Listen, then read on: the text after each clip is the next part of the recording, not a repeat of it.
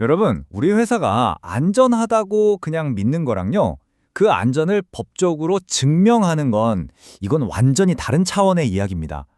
오늘 바로 그 얘기를 해보려고 해요. GDPR이나 히파 같은 데이터 보호법들이 있잖아요. 이게 왜 전문 보안 테스팅을 하면 좋은 것이 아니라 무조건 해야 하는 법적 의무로 만들었는지 그 진짜 이유를 속 시원하게 알려드릴게요. 자, 그럼 바로 본론으로 들어가 볼까요? 2천만 유로, 우리 돈으로 하면 거의 3천억 원에 달하는 어마어마한 돈이죠. 만약 내일 당장 이 돈을 벌금으로 내야 한다면 여러분 회사 괜찮을까요? 이게 무슨 가상 시나리오가 아니에요. 바로 지금 전 세계 수많은 기업이 마주하고 있는 데이터 보안 규정의 아주 차가운 현실입니다. 오늘 우리는 이 6가지 주제를 쭉 따라가면서 데이터 보안의 법적인 지도를 한번 그려볼 거예요. 국경이 사라진 디지털 세상에서 GDPR이 어떻게 세계 표준이 됐는지, 또 이걸 어겼을 때 어떤 끔찍한 대가를 치르는지, 그리고 미국은 히파로 뭘 요구하는지, 마지막으로 실제 현장에서 하는 테스팅은 왜 꼭 전문가가 해야만 하는지까지 하나하나 명확하게 짚어보겠습니다. 자, 첫 번째 주제입니다. 이제 데이터 보호법은 더 이상 어느 나라의 법, 이런 식으로 지리적인 경계에 묶여있지 않아요. 특히 유럽의 법 하나가 어떻게 사실상 전 세계 비즈니스 판도를 새로 짜고 있는지부터 한번 살펴보시죠. 이게 정말 핵심 포인트입니다. 여러분 회사가 한국에 있든 미국에 있든 그건 중요하지 않아요. 만약 유럽연합 시민의 데이터를 단 한 개라도 다룬다면 GDPR, 그러니까 일반 데이터 보호 규정이 여러분 회사에 100% 적용됩니다. 서버가 어디 있냐가 아니라 데이터의 주인, 바로 그 사람이 어디에 있느냐가 법 적용의 기준이 되는 거죠. 이것 때문에 GDPR이 전 세계 데이터 보호의 표준으로 자리 잡게 된 겁니다. 그럼 이제 이 분야에서 일하는 모든 기술 전문가와 비즈니스 리더라면 반드시 알아야 할 GDPR의 핵심 규칙들을 좀 더 자세히 들여다볼게요. GDPR은 바로 이 7가지 원칙을 기반으로 하고 있습니다. 하나 중요하지 않은 게 없지만 우리 같은 기술적인 관점에서 특히 주목해야 할 게 있어요. 바로 6번째, 무결성 및 기밀성입니다. 이 원칙이 뭘 요구하냐면요, 암호화나 접근 제어 같은 기술적인 조치를 제대로 하라는 거예요. 그리고 바로 이 부분이 우리가 왜 정기적으로 보안을 테스트해야 하는지에 대한 아주 명백한 법적 근거가 됩니다. GDPR에서는 데이터와 관련된 역할을 크게 3가지로 딱 정해놨어요. 첫 번째가 데이터 컨트롤러인데요. 말 그대로 컨트롤하는 사람이죠. 이 데이터를 왜, 그리고 어떻게 처리할지 결정하는 배의 선장 같은 역할이에요. 그래서 모든 법적 책임도 결국 이 컨트롤러가 지게 됩니다. 그리고 그 선장의 지시를 받아서 실제로 데이터를 처리하는 역할을 하는 게 바로 데이터 프로세서입니다. 선장의 명령을 따르는 선원들이라고 생각하면 쉽죠. 우리가 흔히 쓰는 아마존 웹 서비스나 구글 클라우드 같은 회사들이 대표적인 데이터 프로세서에 해당됩니다. 그리고 이 모든 복잡한 구조의 가장 중심에는 데이터 주체가 있습니다. 이게 누구냐면요, 바로 여러분 그리고 우리 모두를 말하는 겁니다. 결국 이 모든 규칙들은 우리 한 사람 한 사람의 소중한 정보를 보호하기 위해 만들어진 거예요. 바로 이 슬라이드, 이게 오늘 이야기의 심장이라고 할 수 있습니다. GDPR 제32조인데요. 이 조항 때문에 보안의 개념이 완전히 바뀌었어요. 예전처럼 한 번 구축해 놓으면 끝! 이게 아니라 계속해서 효과가 있다는 걸 증명해야 하는 과정으로 바뀐 거죠. 그냥 방화벽이 있다는 걸 넘어서 그 방화벽이 진짜 제대로 작동하는지 정기적으로 테스트하라고 법에 딱 명시해 놓은 겁니다. 이게 바로 모의 해킹 같은 보안 테스팅이 의무가 된 결정적인 이유예요. 자, 그럼 이렇게 중요한 의무를 만약에 지키지 못하면 어떻게 될까요?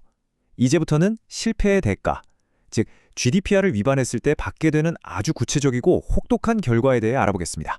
데이터 유출을 알아차린 그 순간 바로 타이머가 돌아가기 시작합니다. 시간은 딱 72시간, 그러니까 사흘이죠. 이 안에 감독기관의 보고를 끝내야 해요. 이 짧은 시간 동안에 도대체 무슨 일이 일어났는지 파악하고 보고서까지 써야 한다니? 와, 정말 엄청난 압박이 아닐 수 없죠. 벌금의 규모는 정말 상상을 초월합니다. 한 가지 기준이 뭐냐면요, 회사 전체의 전 세계 연간 총 매출액의 최대 4%까지 부과될 수 있어요. 이게 무슨 말이냐면 한국 지사의 작은 실수가 그룹 전체의 생존을 위협할 수도 있다는 뜻입니다. 그리고 또 다른 기준은 2천만 유로, 약 300억 원입니다. 여기서 중요한 건 규제 당국이 이 2가지 기준 중에서 더 높은 금액으로 벌금을 때린다는 거예요. 그러니까 이 처벌 규정은 처음부터 기업에게 정말 뼈아픈 타격을 줘서 다시는 똑같은 실수를 못하도록 아주 강력하게 설계된 겁니다. 자, 이제 바다 건너 미국으로 한번 가보겠습니다. 이렇게 강력하게 보안을 검증하라는 요구가 유럽에만 있는 게 아니거든요. 미국의 의료정보보호법, 우리가 히파라고 부르는 이 법도 비슷한 길을, 어쩌면 더 까다로운 길을 가고 있습니다. 히파의 가장 중요한 목표는요, 전자적으로 보호되는 건강정보, 즉 EPHI를 지키는 겁니다. 이건 그냥 개인정보가 아니죠. 한 사람의 가장 민감하고 사적인 정보잖아요. 그렇기 때문에 히파 보안 규칙은 조직이 정기적인 평가를 통해서 잠재적인 위험을 계속 찾아내고 관리하도록 의무화하고 있습니다. 그리고 여기서 모이의 킹은 이 평가를 수행하는데 가장 효과적이고 또 필수적인 방법 중 하나로 인정받고 있는 거고요. 그리고 이런 규제는 지금 이 상태에 머물러 있지 않습니다. 계속해서 더 엄격해지고 더 구체적인 방향으로 진화하고 있죠. 2025년에 제안된 히파 업데이트가 우리에게 어떤 미래를 보여주는지 한번 들여다보겠습니다. 이 표를 보면 정말 흥미로운데요. 제안된 업데이트를 보면 정기적으로 평가하라는 좀 막연했던 가이드라인이 아주 구체적인 의무사항으로 바뀌고 있어요. 최소 12개월마다 한 번씩 모이에 킹 해라. 1년에 2번은 취약점 스캐닝을 해라. 이거 어디서 많이 들어본 것 같지 않으세요? 맞아요. GDPR에서 봤던 그 변화랑 똑같습니다. 애매한 권고에서 벗어나서 누구도 빠져나갈 수 없는 명확한 시간표를 딱 제시하는 거죠. 여기서 한 걸음 더 나아가서요. 새로운 규정은 테스트를 뭘로 하는지를 넘어서 누가 하는지에 주목합니다. 적절한 지식과 경험을 갖춘 인력이라는 말이 나오는데 이건 아주 명확한 신호예요. 이제 규제 당국은 그냥 자동화된 툴이 뱉어낸 결과 보고서가 아니라 숙련된 전문가의 깊이 있는 통찰력과 판단을 원한다는 뜻입니다. 자, 이제 법적인 이야기들을 실제 복잡한 현실 세계로 한번 가져와 볼까요? 왜 이 작업에 숙련된 전문가의 손길이 꼭 필요한지, 실제 IT 환경이 얼마나 어려운지를 보면 바로 알 수 있습니다. 실제 현장에는 크게 두 가지 어려운 점이 있어요.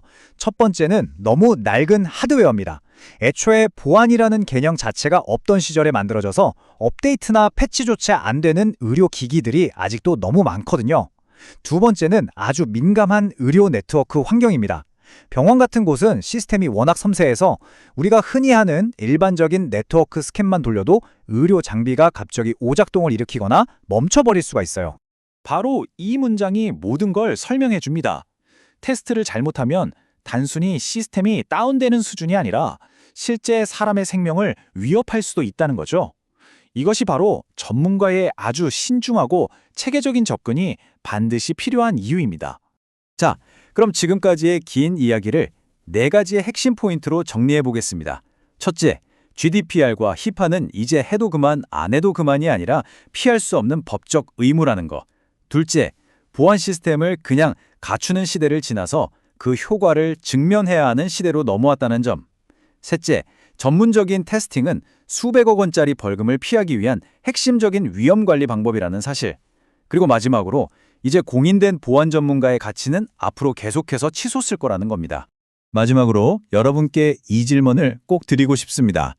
여러분의 조직은 분명 여러 보안 조치를 갖추고 있을 겁니다. 하지만 그 조치들이 실제 해커의 공격 앞에서 정말로 효과가 있다는 걸 객관적으로 증명해 보신 적 있으신가요? 이제는 그 증명이 필요한 시대입니다.